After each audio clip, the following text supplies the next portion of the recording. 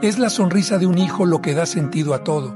La gratitud de los padres, incluso con todo el desgaste físico y emocional, no se compara con el amor incondicional que sienten. Ser padre o madre es un regalo de Dios, una misión que Él nos confía. Y solo quien pasa por esto entiende cuánto este amor transforma la vida. Hay días en los que nos sentimos exhaustos, pensando que no lo lograremos, pero basta una mirada, un gesto de cariño y todo el cansancio